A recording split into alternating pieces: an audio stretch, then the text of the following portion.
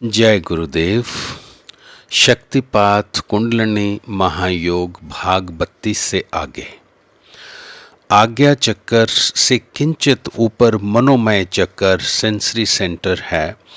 यहाँ से आंख, कान, नाक, जिह्वा, मुख, हृदय से संबंध रखने वाली नाड़ियां निकलती हैं। पश्चिम के विद्वानों ने इन सबको तीन श्रेणियों में विभक्त किया हुआ है। सेरिब्रियल नर्व्स अर्थात जो सुषुम्ना के छोटे मस्तिष्क विभाग अर्थात कपाल कंद से निकलती हैं। स्पाइनल जो मेरु से निकलकर सारे शरीर में फैल जाती हैं। और सिंपैथेटिक जो ईड़ा और पिंगला से निकलकर सब अंगों में फैलती हैं। इनको सिंपैथेटिक इसलिए कहते हैं क्योंकि ये सुषुम्ना को सहयोग देती हैं। भारत के विद्वानों ने इन सबको सुषुम्ना की शाखाएं ही माना है। जैसे कि बताया गया है पहले, शरीर के मध्य में स्थित सुषुम्ना के पांचों पर्वों से उत्पन्न होने वाली नाड़ियां शाखा उपशाखा क्रम से 3 लाख से भी अधिक हो जाती हैं। 5 पर्व ये हैं ग्रीवा, पृष्ठ, नाभि, कटी और आधार। उपरोक्त वर्णन से ये जानना आवश्यक है कि योगियों का कर्म कंद से ऊपर मस्तिष्क तक फैलना सीधा अथवा लोम कर्म है और पश्चिम वालों का उल्टा अथवा विलोम कर्म है। शक्ति प्रसुप्त रूप से कंद में निवास करती है और जब वह सूक्ष्म द्वार से सहस्त्रार में चढ़कर समाधि लगाती है तब मोक्ष की प्राप्ति होती है।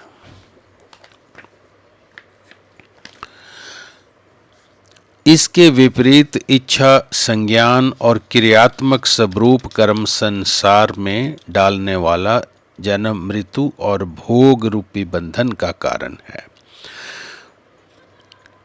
सुषुम्ना पुष्ठवंश अथवा मेरुदंड में स्थित है और ऊपर से केंद्र की ओर उसके भीतर 3 विभाग हैं, ब्रजा, चित्रा और विरजा। पहली दोनों ईड़ा और पिंगला मेरु के बाहर हैं।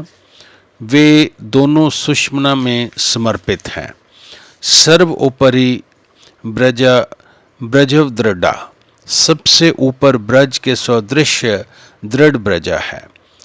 मध्य में चित्रवर्णा चित्रा है जो वाम दक्षिणी भागों में ईड़ा और पिंगला के धर्म वाली है। चित्रा के दोनों भागों में वाम दक्षिणी और नाड़ियां निकलकर पहले तो सुषुम्ना के ऊपर ही लपेटे खाती हैं, फिर वाम भाग वाली वंश के वाम छिद्र से और दक्षिण भाग वाली दक्षिण छिद्र से बाहर निकलकर ईड़ा पिंगला से मिलती हैं और स्वतंत्र रूप से भी हाथों पैरों तक फैल जाती हैं, अर्थात इनके द्वारा सारे शरीर का मस्तिष्क से संबंध बना हुआ है। विरजा ही ब्रह्म नाड़ी है जो कमल के नाल के सदृश और 6 चक्रों वाली है। वास्तव में चक्रों का स्थान चित्रा में ही जानना चाहिए, परंतु जब तक ये चक्र नहीं खुलते विरजा का मार्ग साफ नहीं होता। यही प्रमुख मोक्ष का मार्ग होने के कारण श्रुतियों में जगह जगह इसका प्रमाण है। हृदय की 101 नाड़ियां हैं। इसमें से एक मूर्धा को चढ़ जाती है, उससे ऊपर जाकर अमृतत्व को प्राप्त करता है और दूसरी नाड़ियों में उत्क्रमण करके विषम में जन्म लेता है। यहाँ पर हृदय का अर्थ हृदय पिंड न लेकर हृदय की शक्ति अर्थात प्राण शक्ति लेना चाहिए। इसलिए हृदय की नाड़ियों से अभिप्राय प्राणवाहिनी अथवा वात नाड़ियों से है। श्रीमद शंकराचार्य जी महाराज भी उक्त एक नाड़ी में सुषुम्ना नाड़ी को ही ग्रहण किया है और हृदय से नहीं। वर्ण पृष्ठ वंश में चढ़ती हैं जैसा कि पहले बताया गया है। गुदा के पुष्ट भाव में वीन दंड देह को धारण करता है। वह मोटी हड्डी का बना हुआ देह पर्यंत है। इसमें ब्रह्म नाड़ी स्थित है, ऐसा कहा जाता है।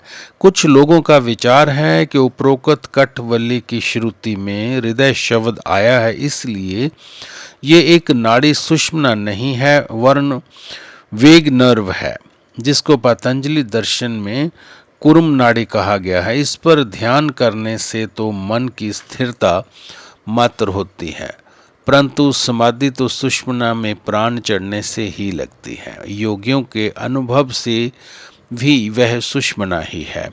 स्मृतियों का भी प्रमाण है। तंत्र शास्त्रों और पुराणों में सुषुम्ना का बहुत वर्णन मिलता है।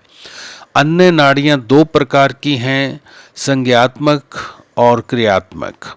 उन नाड़ियों में प्राण शक्ति प्रवाहित होती है। ये प्राणमय कोश है। प्राणमय कोश आनंदमय कोश के अंदर सूक्ष्म शक्तिमय कोश है।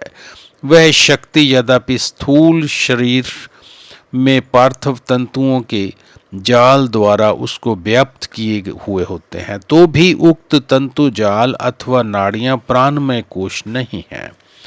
हृदय में मन का स्थान है। कुछ पाश्चात्य रंग में रंगे लोगों का मत है कि मस्तिष्क से ही सब नाड़ियों का संबंध है।